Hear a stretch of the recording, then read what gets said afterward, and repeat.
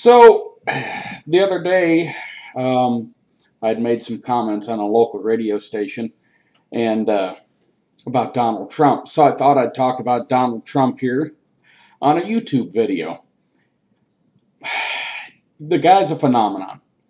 And let me preface what I'm going to say about Donald Trump by saying, I'm glad the man has brought attention to issues in a way that I don't think we would be talking about some of these issues.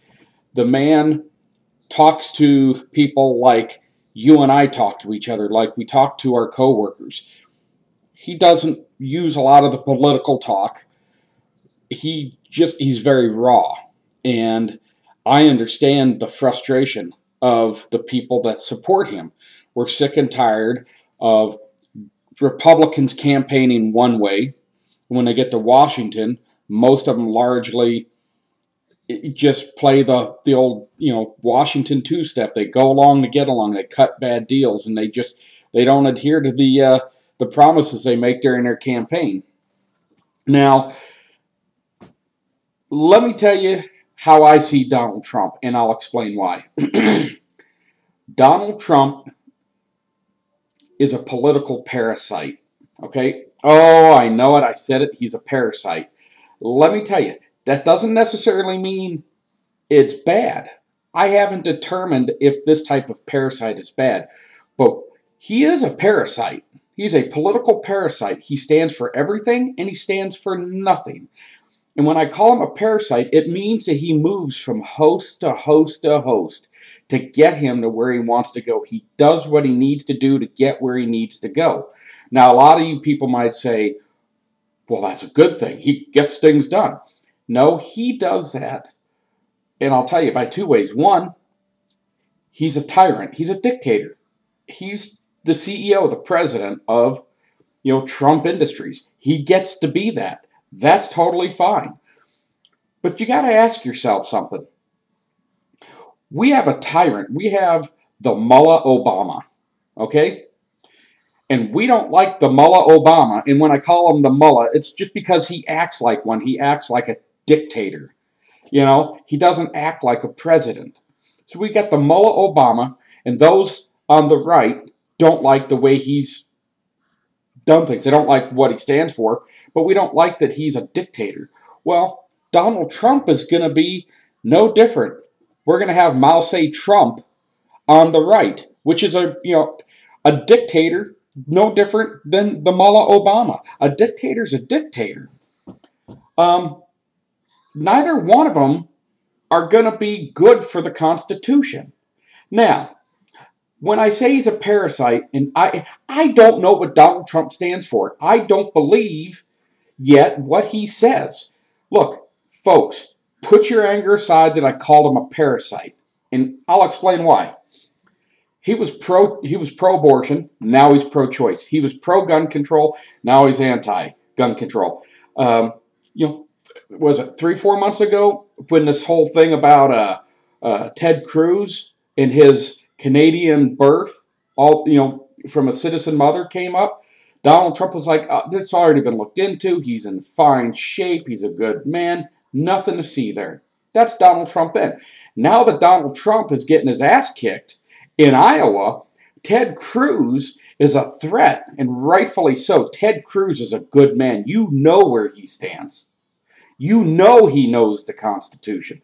Anyway, so 3-4 months ago, Donald Trump was defending Ted Cruz. Now that Ted's kicking his ass in Iowa, now all of a sudden, now it's kind of interesting. Now he's kind of aligned himself with the establishment Republicans, the Jeb Bush, the Marco Rubio, the John McCain's. Okay, do you see what I'm talking about here? Okay, he's aligned himself, and he's very cleverly stirred that pot, but he's aligned himself with the establishment, the people he claims he doesn't like. Okay, but he has to do that in order to get him to where he wants to go. Another host, yet another example of him being a parasite. Now, we've heard him praise Hillary Clinton. We've heard him praise Nancy Pelosi and Dirty Harry Reid He's contributed money to a lot of unsavory Democrats. Okay, now we can sit here and say, well, okay, that's what he's got to do. He's got to grease the wheels of these left-wing politicians and stuff in order to get his projects done. Well, what that tells you is, again, he's a parasite. That's how he conducts business. He greases wheels. He pays people off. It's a bribe. What else is he willing to sell you out for in order to get something he wants? What part of the Constitution is he willing to turn a blind eye to or step on or push aside so he can get something else? Okay? That's what I don't like. What did he say about Syria? Don't send ground troops in there.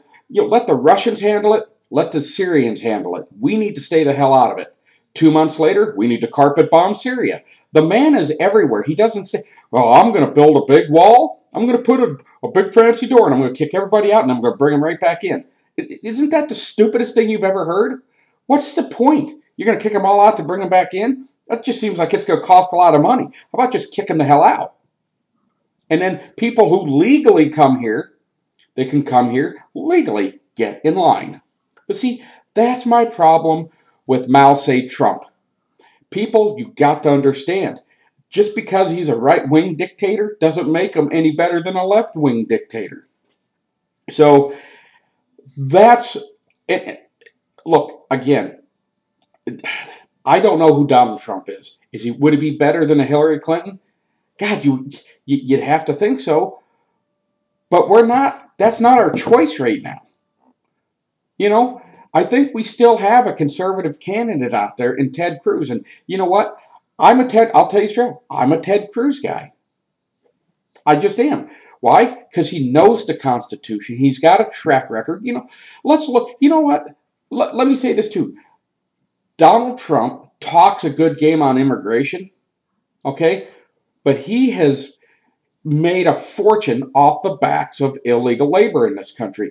Even as we speak, he's building a hotel in Washington, D.C., I believe just a short distance away from the Capitol building. And it was reported back in July in all the major newspapers. He's using a bunch of illegal labor. Now, here, I get it. He's not the one who goes out and hires the contractors to get the job done like that. He's got subordinates. But you know what? I've scoured the internet. Since he found out about that, I cannot find a single article where Donald Trump has fired a single person for hiring illegal aliens. Now, Donald Trump will give you the excuse, well, look, I didn't know, but in order for me to be competitive with these other companies that use illegal labor, I have to, otherwise, So what he's saying is, oh, it's okay. He'll justify using illegal labor. He's a hypocrite is what it comes down to.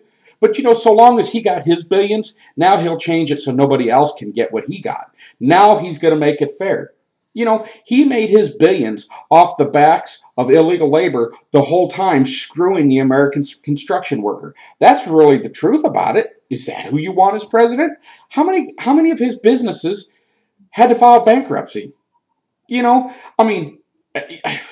I understand businesses file bankruptcy, but take Ted Cruz, take Donald Trump, forget about the billions of dollars. You know what? That to me is meaningless. Just because you have a lot of money doesn't mean you're right, doesn't mean you're smart. I mean, look at this turd, Mark Zuckerberg. Great, he made Facebook. He's an open doors guy. He's a big amnesty guy. He's a big expanded H-1B visa guy. So's Bill Gates. Look, just because you're rich doesn't make you intelligent, doesn't make you smart. It makes you good at running Microsoft. It makes you good at running Facebook. Okay? I couldn't run Facebook. I wouldn't know the slightest of what he does. He's an expert in that. But he's a fool on his subject of immigration. He is. So, being rich aside, and it doesn't, and Donald Trump likes to run around and say, well, I'm self-funding my own campaign.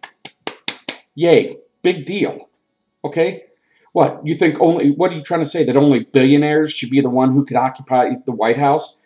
You don't think there's any smart people? I guarantee you, Mr. Trump, I could be president better than you could. You know why? Because I wouldn't think I'm the smartest guy in the room on every subject. You know, that's what we got in the White House now. I would surround myself, actually I got two qualities. One, I'd surround myself with people whom I trust, who have a vast knowledge on certain areas. And two, I'm humble. I'm humble enough to know I don't know everything. And I'm humble enough to listen to other people's input who are experts. And you know what?